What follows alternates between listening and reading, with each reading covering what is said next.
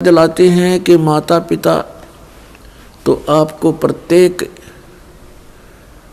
जूनी में प्राप्त हो जाएंगे। पशु बनोगे वहाँ माता पिता, पक्षी बनोगे वहाँ माता पिता, लेकिन सतगुरु सेवा और बंदगी ये फेर मिलन की ना। पुण्यात्माओं, मनुष्य शरीर के अंदर ही ये वस्तु उपलब्ध हो सकती है। मनुष्य शरीर के अंदर ही परमात्मा प्राप्ति हो सकती है और मनुष्य शरीर प्राप्त प्राणी को ही सत्संग उपलब्ध हो सकता है। पुण्यात्माओं, सत्संग मिलना बहुत कठिन है। सत्संग उसे कहते हैं जिसमें सच्चा ज्ञान हो। बाकी सत्संग नहीं है। जिनके ज्ञान ऐसे बच्चों जैसे हैं तो क्या वो संत सत्संग करते हैं? जो अभी तक परमात्मा को निराकार बताया करते थे, क्या वो सत्संग करते हैं? वो झूठ बोला करते थे। अभी तक जो ब्रह्मा विष्णु महेश के माता पिता कहते थे इनके कोई माता पिता नहीं है, इनकी जन्म मृत्यु नहीं होती, तो क्या वो सत्संग किया करते? जो संत ये बताते हैं सतलोक में प्रकाश ही प्रकाश है, भगवान है ही नहीं, आत्मा उसमें जाकर के ऐसे लीन हो जाती है जैसे बूंद समुद्र में, तो क्या वो सत्संग किया करते? वो हमारा जीवन नष्ट करते थे और अपना भी जीवन बर्बाद किया करते थे, तो वो सत्संग नहीं थे। और बोले श्रद्धालु उनके द्वारा दिए गए वचनों को सत्संग जानकर निश्चिंत हुए बैठे थे। अब सत्संग आपको अब प्राप्त हुआ है या उन महापुरुषों ने सत्संग किया था जिनको परमात्मा मिले थे? परमात्मा की प्राप्ति के उपरांत जिन्होंने जो वचन बोले वो सत्संग था।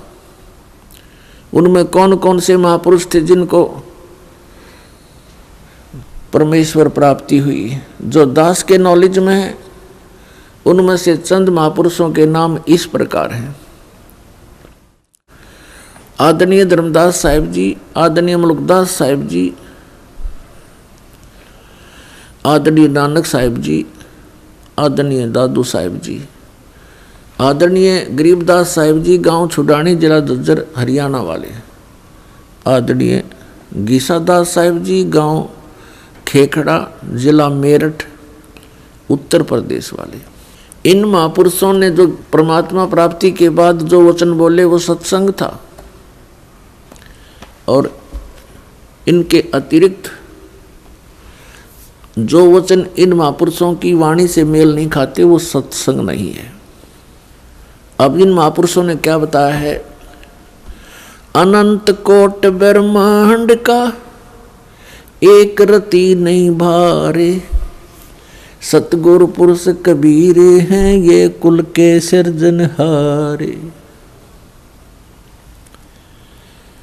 ना सतगुरु जननी जने उनके माने बापे, पिंड ब्रह्मंड से रहित हैं नावा तीनों तापे। परमात्मा स्वयं भी आकर के क्या बताते हैं कि चारों युग में संत पुकारे, कूक कहा हम हेल रे, हीरे माणिक मोती बरसे ये जग चुगता डेल रे। पुण्यात्माओं, परमात्मा के गुणों में, परमात्मा की लीला में जो सदग्रंथों में वर्णित है, स्पष्ट किया हुआ है कि वो परमात्मा ऊपर सतलोक में रहता, सचखंड में। संत भाषा में उसको सचखंड कहते हैं और वेद भाषा में उसको रतधाम बोलते हैं। रतधाम मीन सतधाम, सतलोक कहो, सतधाम कहो। संत भाषा में परमात्मा की उपाधि सतपुरुष, अकाल मूर्त, शब्द स्वरूपी राम, आदि से कहा जाता है। वेदों और गीता में उसको परम अक्षर ब्रह्म कहा है, सच्चिदानंद घन ब्रह्म कहा है, दिव्य परम पुरुष कहा है। वो परमात्मा हम सब के पिता है। हम अपनी गलती से काल के जाल में फंस गए हैं। वो दयालु हमारे लिए फिर भी भटक रहे। पुण्यात्माओं, अब समय आ गया है, बहुत सतर्क होना पड़ेगा आपको। असंख्य जन्म हो गए आपको इस काल के लोक में कष्ट पर कष्ट उठाते हैं। उसके विषय में बताते हैं, कोटि जन्म तो भरमत हो गए, कुछ ना हाथ लगा रे। और कुकर सुकर खरबा बोरे, कौआ हंस बुगारे। कोटि जन्म तू राजा की, न मिटी न मन की आशा। भिक्षुक ओ के दर दर घूम लिया, ये मिला ना निर्गुण रासा। इंद्र कुबेर ईश की पदवी, ब्रह्मा वर्ण धर्मराया। विष्णु नाथ के पुर को जाके तू फिर भी वापस आया।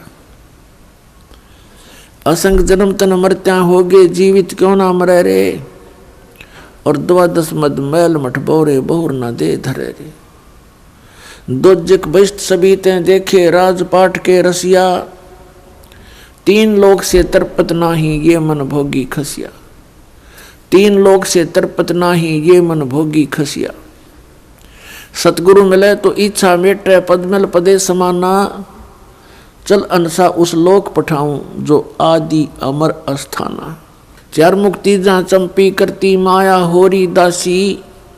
दास गरीब अभय पद पर से, वो मिले राम अविनाशी। पुण्यात्माओं, आप बिल्कुल बालक हो। काल ने आपकी बुद्धि को इतना सीमित कर दिया, जैसे संतों को हम ऐसे नजर आते हैं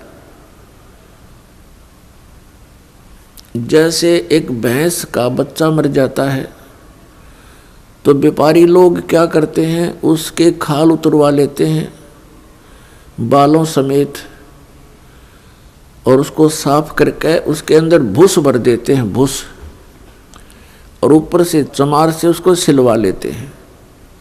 एक पूंछड़ सी लटकती रहती है, और उस भैंस के सामने उस बुत को, उस कार्टून को रख देते हैं, और उसको चाटती है, उसको प्यार करती है, उसको अपना बच्चा मान लेती है। और जब व्यापारी उसको लेकर उस कार्टून को चल पड़ता है, पीछे पीछे भैंस भी यहाँ करती फिरती है। अब उसकी बुद्धि इतनी काम नहीं कर रही कि इसमें भूस भर रखा, चाम लपेट रखा, ये तेरा बच्चा नहीं है। तो उन महापुरुषों ने जिनको परमात्मा मिले और सचखंड के दर्शन हुए, उन्होंने हम ऐसे नजर आते हैं कि इस हार्ड मांस इसके अंदर भर के ऊपर चाम लपेट दिया और ये बता दिया, ये तेरा बेटा या तेरी बेटी, इस तरह तुम्हारा परिवार बना दिया। पुण्यात्माओं, आप जी ने थोड़ा विवेक करना पड़ेगा। कितनी बार संतों ने हमें कोशिश की है समझाने की, लेकिन हम इन काल के दूतों से प्रेरित होकर के भगवान के मार्ग को त्याग कर कुमार्ग स्वीकार कर लेते रहे, जिस कारण से हमारी बुद्धि विकसित नहीं हो पाई। वो परमात्मा हमारे लिए कितना कष्ट उठा रहे हैं। वो हमें बताने की चेष्टा कर रहे हैं कि सतलोक में चलो, वहां तुम्हें सुंदर शरीर मिलेगा, उसके अंदर ये नाड़ी तंत्र नहीं होगा, 5 तत्व से बना हुआ नहीं होगा, उसमें ना कोई रोग कोड होगा, उसमें बीपी हाई लो नहीं होगा, उसमें कभी वृद्ध अवस्था प्राप्त नहीं होगी। वहाँ सचखंड के अंदर आप की ऐसी सृष्टि होगी, ऐसा ही परिवार होगा जैसा यहाँ पर है, और वहाँ कोई काम नहीं। अपने आत्माओं, आपकी संतान हुई, आपने मकान बनाए, उन बच्चों के लिए सारी सुविधाएं की और करते ही रहते हो। अब ये नहीं पता पिता की मृत्यु हो जाए, पता नहीं माँ की मृत्यु हो जाती है, और पता नहीं बेटा मर जा बेटी मर जा। तो हम जिस व्यवस्था में सारा जीवन बर्बाद कर चुके, उसका हमें क्या लाभ हुआ? लेकिन हम सोचें क्या इसका विकल्प नहीं? हम देखते उसके साथ भी ऐसी घटना होगी, उसके साथ भी होगी, कोई बात नहीं है, तो होती रहती है। अब परमात्मा ने इसका विकल्प बता दिया, इसका अल्टरनेट बता दिया कि जब तक तुम्हारे संस्कार हैं, परिवार में आप रहो, और वो भी भगवान की आत्मा है, आपके बेटा बेटी रूप में रोल करने आए हैं, माता पिता रोल के रूप में आए हैं, तो उनको एक विशेष प्यार देना, आपस में खींचातानी नहीं बढ़ावे। इस दृष्टिकोण से कि हम उस पिता के बच्चे हैं, अगर हम इनको किसी को एक दूसरे को दुखी करेंगे तो परमात्मा नाराज हो जाएगा, क्योंकि हम पहले गणे दुखी यहाँ पर। फिर हम एक दूसरे को सतावें, कोई वचन से जख्म करें, किसी को और कोई हानि पहुंचावें, तो हम तो कौवे हो गए, कौवे, मनुष्य नहीं रहे। जैसे कौवा जख्म के ऊपर चोंच मार के खून निकाल लेता है, हमने हंस बनना है, तो हम सतलोक चलेंगे। वो परमात्मा हमारे पीछे फिर रहा है। जो जन मेरी शरण है, ताका हूं मैं दासे, गेल गेल लाग्या फिरूं जब तक धरनी आकाश। परमात्मा कहते हैं कि जो मेरी शरण में एक बार किसी भी युग में आ गया, तो मैं उसके पीछे पीछे फिरता रहता हूँ और उसको पार करने की चेष्टा करता हूँ। क्या बताते हैं? अनंत कोट बाजी जहाँ हम रचे सकल ब्रह्मंडे, कह कबीर मैं के करूं यू काल करे जीव खंड। कबीर साहब बताते हैं कि मैं इतना समर्थ हूँ, ये सभी ब्रह्मांड मैंने रचे, अनंत कोट बाजी जहाँ रचे सकल ब्रह्मांड, और कहे कबीर मैं क्या करूं ये काल करे जीव खंड। पुणात्माओं, आपने ये अमर कथा कभी सुनी नहीं थी। आप जी ने अपने ही धर्म मजहब के अंदर चल रही कथाओं को सुना, उन्हीं के आधार से आपका माइंड सेट हो गया। अब इस अमर कथा को सुनकर बहुत दिनों में जाकर आपका विश्वास होगा, और जब आपको ये कथा समझ में आ जाएगी, उस समय देखना आपके मन की स्थिति क्या होगी। आप ऐसी स्थिति में हो जाओगे जैसे परगर पावना रह उठाए चित, जैसे दूसरे के घर में, दूसरे गांव में, रिश्तेदारी में कोई परौना चला जाता है, मेहमान रूप में जाता है, वो वहाँ रहता अवश्य है, लेकिन उसको पता है कि मैंने वापस जाना है, और उसको अपने घर की रह रहकर याद भी सताती रहती है। कहते हैं जैसे पर घर पावना रह उठाए चित, तो यहाँ से आपका ऐसे मन हट जाएगा एक दिन, और फिर सतलोक में आपका अगला कदम सतलोक में होगा। अब परमात्मा ने हमें आकर बताया कि जब सबसे पहले मैं यहाँ आपके दुखों को देखकर इसमें प्रवेश किया काल के लोक में, तो इस काल ने मेरा रास्ता रोकने की चेष्टा की, क्योंकि परमात्मा बताते मैं जोगजीत के रूप में था। जोगजीत वहाँ एक पुत्र है परमात्मा का, जो सर्वप्रथम 16 उत्पन्न किए थे उनमें से एक है। जोगजीत जानकर मेरे साथ इसने बहुत अड़ंगा अड़ाने की चेष्टा की, लेकिन मेरी शक्ति के सामने ये हताश हो गया। फिर चरण पकड़ लिए, रोने लगा, हाहाकार मचा दी। जब मैंने इसको कारण बताया कि मैं किस उद्देश्य से आया हूँ। धर्मदास साहिब जी को परमात्मा बता रहे हैं कि धर्मदास, प्रथम सतयुग के अंदर जब मैं यहाँ आया तो इसने मेरे साथ बहुत कलह मचाई। जब मैंने अपनी शक्ति का प्रयोग किया तो इसकी नहीं पार बसाई। चरण पकड़ लिए, पैर पकड़ के कहता, जोगजीत आप किस लिए आए हो। तो मैंने इसको बताया कि मैं नीचे जाऊंगा और सभी प्राणियों को बताऊंगा कि यू परमात्मा नहीं है, यू भगवान नहीं है जिसको तुम भगवान मान रहे हो। और एक ऐसा मंत्र दे के आऊंगा, सतनाम, सच्चा नाम, उसका जाप करने वाले प्राणी को तू रोक नहीं पाएगा। और सभी को बताऊंगा कि तुम यहाँ के रहने वाले नहीं हो। तूने इन सब को नशा करवा दिया, तीनों गुणों से एक एक इंजेक्शन लगवा दिया इनको। तो ये चिंतित हो गया। इसने कहा कि हे भगवान, मुझे श्राप लगा हुआ है 1 लाख जीव आहार करने का। यदि आप इन सब को ले जाओगे तो मेरा क्या होगा। परमात्मा ने कहा कि अब मैं इनको नहीं छोड़ूंगा,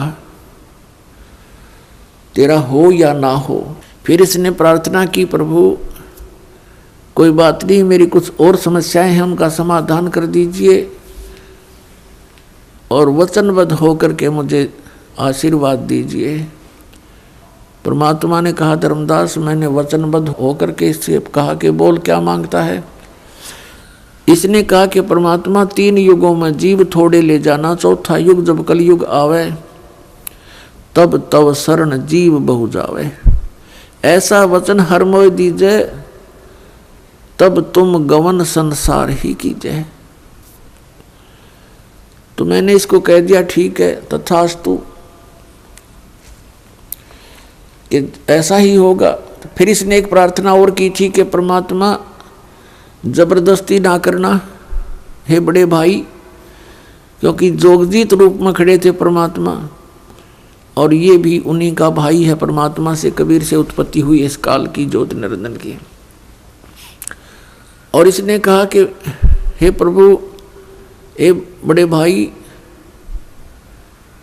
जबरदस्ती ना करना। जो आपके ज्ञान को स्वीकार करे वो आपका, और हमारे ज्ञान को स्वीकार करे वो हमारा। आप ज्ञान दे करके अपना बनाना, बाई फोर्स ना करना। वो तो मालिक को पता। अब यहाँ प्रश्न उठता है पुण्यात्माओं बहुत सी, क्योंकि हमारे अंदर बहुत युगों से ये अज्ञान ठुका हुआ है, भरा हुआ है खचाखच। ये सच्चे ज्ञान को टिकने नहीं देता। ना जाने कितनी शंकाएं उत्पन्न होती हैं। एक शंका तो ये उत्पन्न होगी कि भाई भगवान ने जानी जान, कहते हैं परमात्मा जानी जान है, अंतर्यामी है, सर्वज्ञ है, फिर क्या उनको पता नहीं था ये ऐसे ऐसे वचन मांगेगा। इसको वचन ना देते सतयुग में ही हमें वापस ले जाते। तो ये तो पुण्यात्मा मन की बकवाद हैं, इस तरह के विचार जो जिसके अंदर आते हैं। हम सतलोक में रहा ही करते। यदि हम ऐसे टिकने वाले होते तो पहले ही ना वहीं रहा करते थे। आवश्यकता ही नहीं थी हमें यहाँ आने की, फिर भगवान को यहाँ दुख उठाने की हमारे लिए। परमात्मा को पता था कि सतयुग त्रेता द्वापर में ये प्राणी दुखी नहीं होता। पुण्यकर्मी प्राणियों को मनुष्य जीवन मिलता है सतयुग त्रेता द्वापर में, जिनके बहुत घने पुण्य होते हैं और वो सभी साधना भी करते हैं, मनमुखी साधना करते हैं, शास्त्र विधि त्याग कर भी साधना करते हैं। उनसे सिद्धियां प्राप्त अवश्य हो जाती हैं और उनके पूर्व प्रारब्ध कर्मों के आधार से, किस्मत में लिखे हुए पनों के आधार से उनको सुख होता है, शरीर स्वस्थ होता है। सतयुग में पिता से पहले पुत्र की मृत्यु नहीं होती, जो सबसे बड़ा जख्म होता है पिता के लिए। और पत्नी से पहले पति की मृत्यु नहीं होती, जो पत्नी के लिए बहुत बड़ा दुखदाई होता है।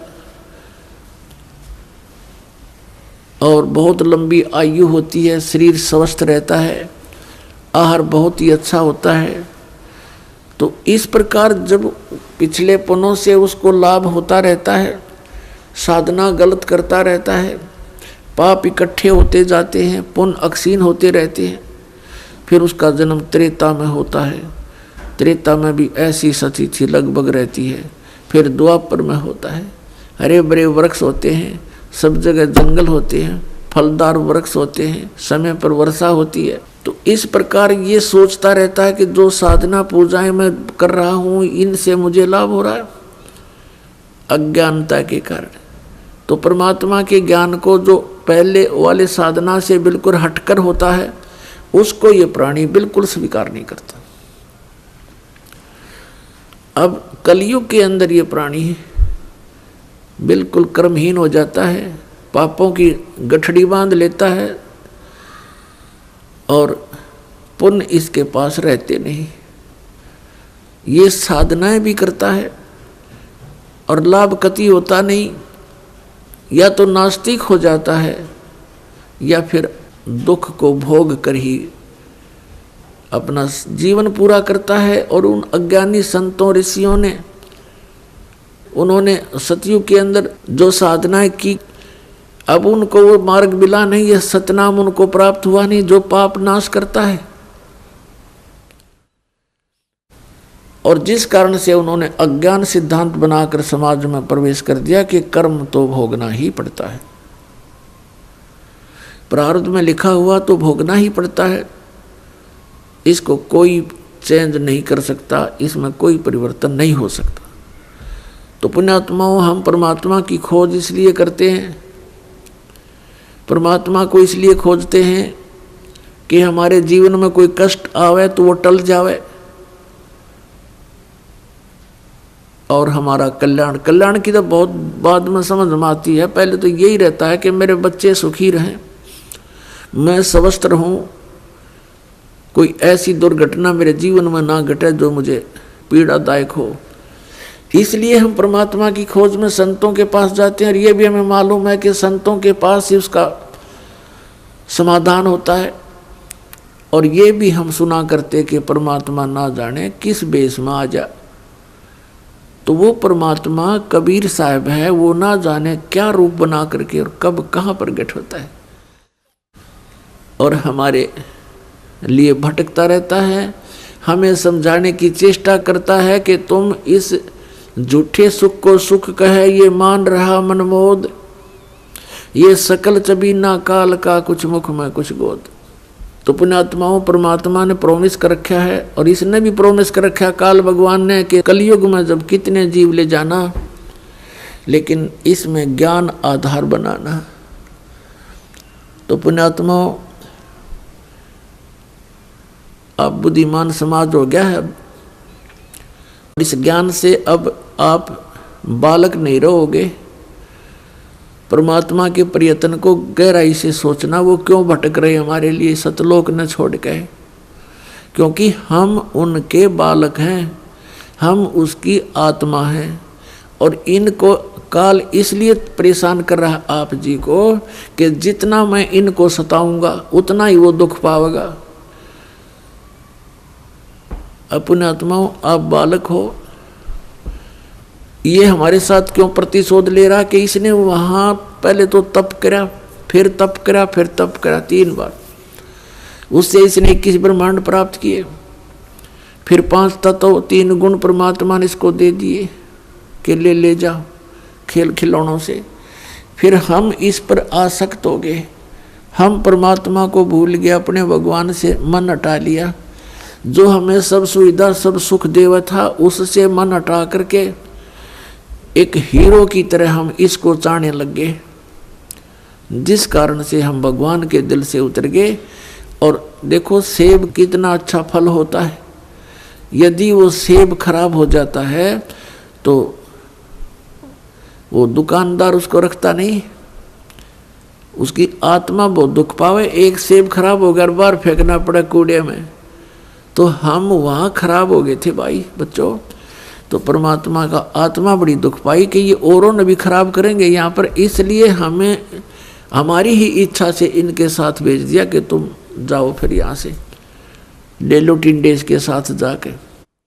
अब इसने फिर अलग ब्रह्मांड के अंदर परमात्मा ने व्यवस्था की, एक जिस आत्मा ने सबसे पहले स्वीकृति दी थी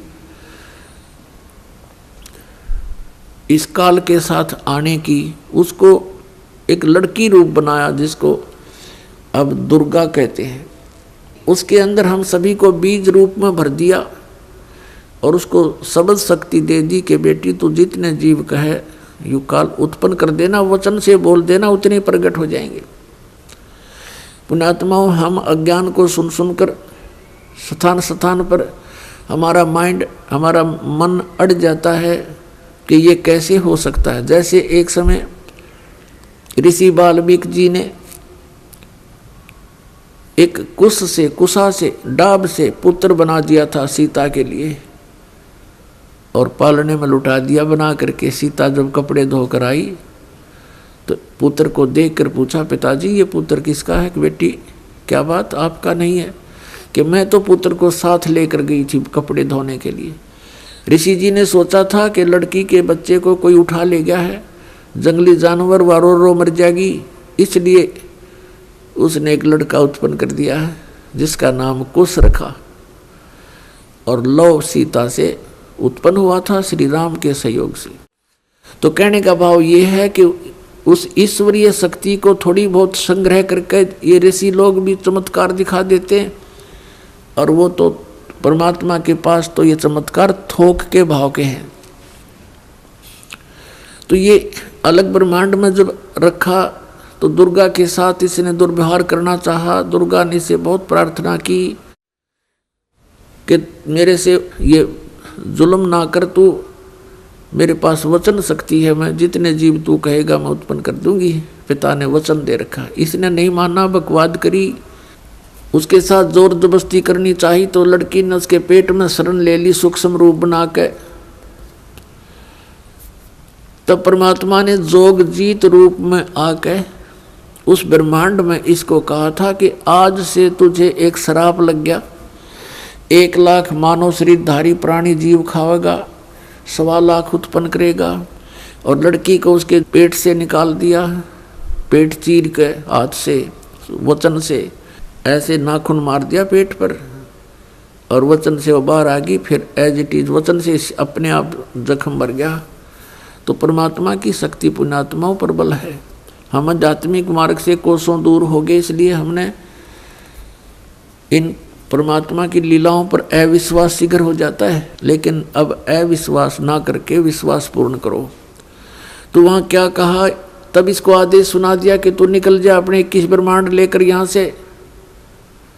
आदेश सुन ले पिताजी का और निकल जा यहाँ से 21 ब्रह्मांड समेत। इसने फिर बहुत हाथ जोड़े, पैर पकड़े, मेरे से गलती होगी, मुझे रख लो यहीं पर, मुझे दूर ना भेजो। लेकिन परमात्मा ने इसकी एक नहीं सुनी और इसको वहाँ से यहाँ फेंक दिया 16 शंख कोश की दूरी पर।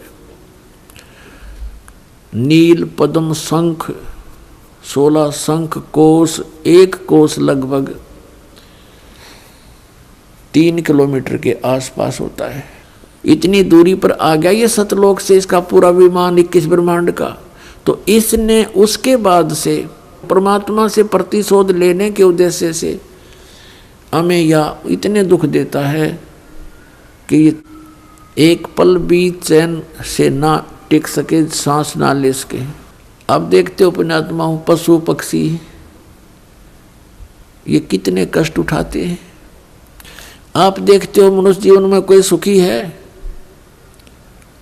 इस झूठे सुख को सुख मान बैठे हैं हम, और परमात्मा हमें याद दिलाते हैं आकर के कि तुम काल के जाल में हो। आप जी को इसने मिसगाइड करके इतना ही सीमित कर दिया आपकी बुद्धि को, संतानों उत्पत्ति, कोठी कार लेना, सारा जीवन ये सोच करके बुढ़ापे में सुखी होऊंगा मैं, बुढ़ापे में मेरा जीवन ठीक कट जाएगा, बढ़िया कोठी बना दूं, बच्चों को सुखी कर दूं, गनाए धन बना दूं।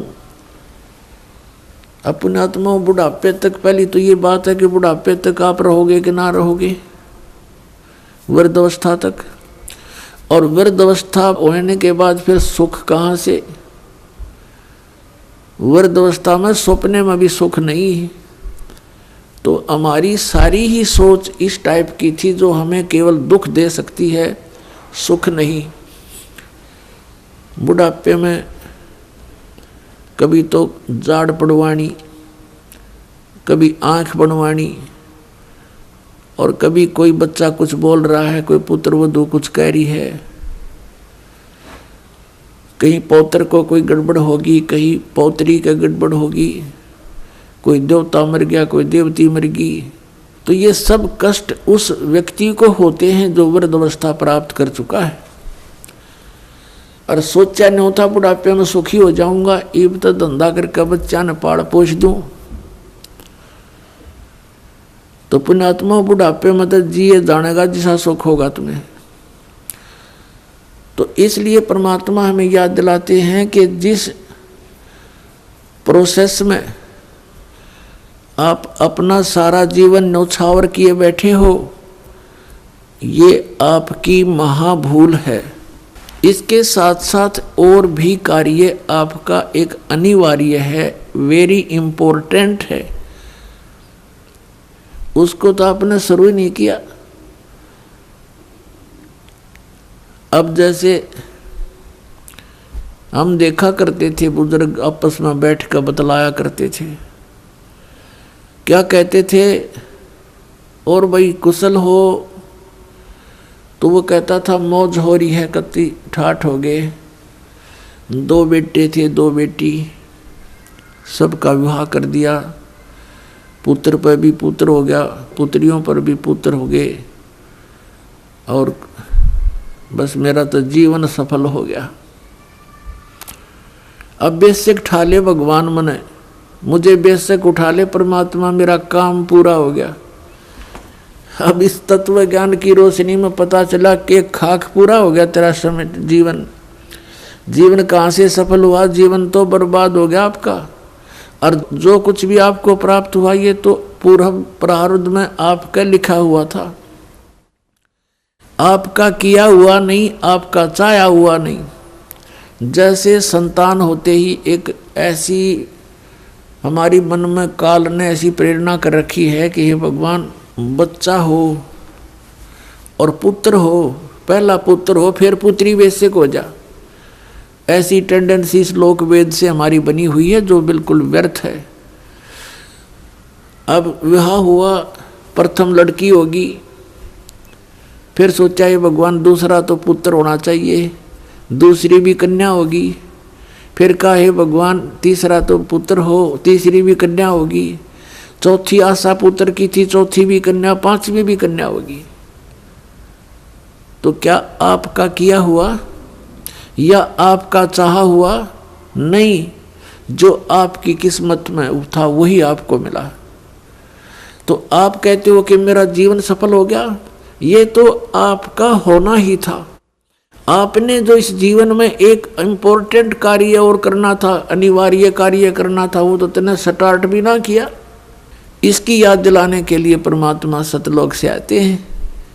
यहाँ के भगवान और यहाँ के ये संत हमें केवल इस माया में ही डबोते हैं, इसी में डालते हैं, हमारे को बाहर निकाल नहीं सकते क्योंकि इनकी पावर नहीं।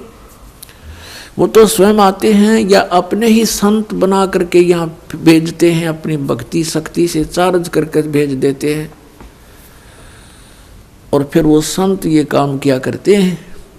नहीं, आम संत की कोई औकात नहीं जो काल के सामने इस प्रकार का कोई कदम उठा ले। अब क्या बताते हैं परमात्मा,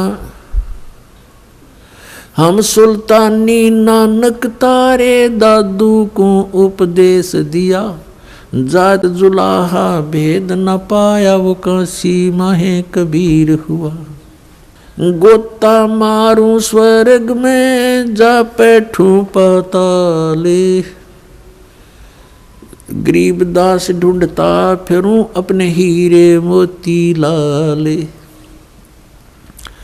परमात्मा कबीर साहब कहते हैं कि गोता मारूं स्वर्ग में और जा बैठूं पाताल, कह कबीर ढूंढता फिरूं अपने हीरे मोती लाल। अब जैसे आपको कल सत्संग के अंदर दिखाया था, रूबरू कराया था उन पवित्र सदग्रंथ वेदों से। उसमें क्या लिखा कि परमात्मा ऊपर ध्युलोक यानी तेजो में शरीर में और तेजो में लोक में राजा के समान विराजमान है, और वहां से गति करके नीचे आता है और बहुत अत्यंत गतिशील पदार्थ के समान, जैसे आकाशीय बिजली गिरती है नीचे बहुत स्पीड से, ऐसे परमात्मा सतलोक से गमन करके चल के यहाँ आते। तो वो परमात्मा अच्छी आत्माओं को मिलते हैं, उनको उपदेश करते हैं, तत्व ज्ञान से परिचित कराते हैं, अपने से परिचित कराते हैं। तो उन महापुरुषों ने जो ज्ञान दिया वो परमात्मा से प्राप्त ज्ञान दिया। उनमें से अब्राहिम सुल्तान अधम भी एक महापुरुष हैं। अब्राहिम सुल्तान अधम ये कौन थे? एक बल्ख नाम का शहर है, बल्ख बुखारा, इराक के अंदर,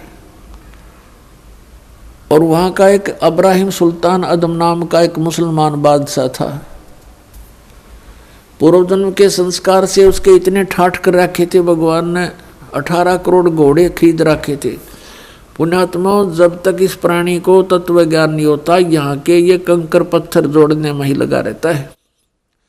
उसने कहते हैं 16,000 औरतें से विलास करता था, 18 करोड़ घोड़े। गांव में पहले यदि एक घोड़ा किसी के पास होता तो बहुत बड़ा वो वहाँ का ठाकुर माना जाता था, बड़ा रईस व्यक्ति माना जाता था जो घोड़े पर चलता था, एक घोड़े पे। जैसे आजकल तो जिसके पास कार है उसको बहुत अच्छा धनी मानते हैं, तो उस समय घोड़े से ही उसके धन को क्या करते थे, काउंटिंग करते थे। तो इस प्रकार 18 करोड़ घोड़े उसके पास, और ऊंट 8 तक गिनती नहीं, बहुत गिने थे। कहने का भाव यह है कि सर्वसंपन्न राजा था, लेकिन पिछले संस्कार भी साथ होते हैं। अब वो चाहे कितने ही सुख को प्राप्त है, लेकिन परमात्मा की चाह आत्मा को फिर भी बनी होती है। एक दिन वो सो रहा था ऊपर अपने महल की छत पर, गर्मियों के दिन। परमात्मा कहते हैं सोचल सिद्धर मैं करूं अपने जन के काज। तो वहां कहीं पड़ोस में थोड़ी सी दूरी पर एक सत्संग हो रहा था। आप आरती, आप साजे, आप किंगर, आप बाजे, आप ताल झां जनकारा, आप नचाप देखण आ रहा। आप साधु संत बनकर उस राजा के महल से थोड़ी सी दूरी पर किसी गरीब के घर पर सत्संग कर रहे थे, ऊंची ऊंची आवाज में सुना सुना कर। और बात तेरे काम न आवे, संतों शरण लाग रे, के सोवे गफलत में बंदे, जाग जाग नर जाग रे, जाग जाग नर जाग रे। और बात तेरे काम न आवे, संतों शरण लाग रे, के सोवे गफलत में बंदे, जाग जाग नर जाग रे, जाग जाग नर जाग रे। तन सरायम जीव मुसाफिर, करता रहे दिमाग रे, तन सरायम जीव मुसाफिर, करता रहे दिमाग रे। रात बसेरा कर ले डेरा, चले सवेरा त्याग रे, चले सवेरा त्याग रे। और बात तेरे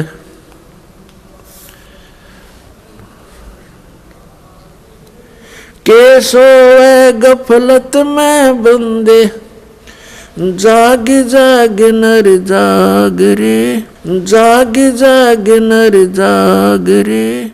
इस तन सरायम जीव मुसाफिर, करता रहे दिमाग रे, इस तन सराय में जीव मुसाफिर करता रहे दिमाग रे। रात बसेरा कर ले डेरा चले सवेरा त्याग रे, चले सवेरा त्याग रे। और बात तेरे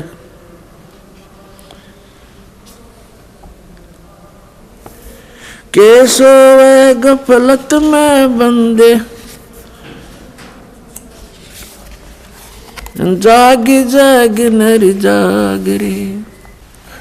उमदा चोला बण्या अमोला लगे दाग पे दाग रे। उमदा चोला बण्या अमोला लगे दाग पे दाग रे। 2 दिन की गुजरान जगत में क्यों जले बिरानी आग रे, जले बिरानी आग रे। अर सुमरे सो हंस कवावे ये कमी क्रोधी कागरे। अर सुमरे सो हंस कवावे कमी क्रोधी कागरे। बोरा न भर में विष के बन में चल बेगमपुरी बाग रे, चल बेगमपुरी बाग रे। और बात तेरे काम न आवे संतों शरण लाग रे। के सोवे गफलत में बंदे भाई शब्द सैन सतगुरु की पिछाणी पाया अटल सुहाग रे। शब्द सैन सतगुरु की पिछाणी पाया अटल सुहाग रे। नितानंद महबूब गुमानी परगट्य पूर्ण बाग रे, परगट्य पूर्ण बाग रे। और बात तेरे काम न आवे संतों शरण लाग रे। के सोवे गफलत में बंदे जाग जाग नर जाग रे, जाग जाग नर जाग रे। पुण्यात्मा कबीर परमेश्वर जी अपनी प्यारी आत्मा को काल के जाल से निकालने के लिए कितना संघर्ष करते हैं। उसके लिए परमात्मा ने ज्ञान को ही आधार बनाया है। इब्राहिम सुल्तान अधम बहुत ही अच्छी आत्मा का व्यक्ति था। परमात्मा की खोज में, अल्लाह की चाह में साधु संतों से बहुत प्यार करता था। उसको जहाँ भी कोई संत मिल जाता या किसी संत की महात्मा की वो चर्चा सुनता, या तो उसको अपने पास बुला लेता था या स्वयं दर्शनार्थ चला जाता था। अपने आत्माओं काल ने तो ऐसा कर रखा हमारे साथ, ये नकली संत, नकली पंथ और डुप्लीकेट ज्ञान सुना के कि इनको नास्तिक बना दूं। एक संत के ऊपर वो बहुत विश्वास किया करता था और वो इब्राहिम सुल्तान उस फकीर के पास बहुत ज़्यादा उसके पास जाता था या उसको अपने पास बुलाता था, खूब दक्षिणा दिया करता था और वो 1 नंबर का पाखंडी था। एक बार राजा ने, क्योंकि वो बहुत धनी व्यक्ति था, बहुत धनी राजा था, वो जूते जो होते हैं जूती पे पहना करते, पहले आप जूते कहने लग गए उन्हें।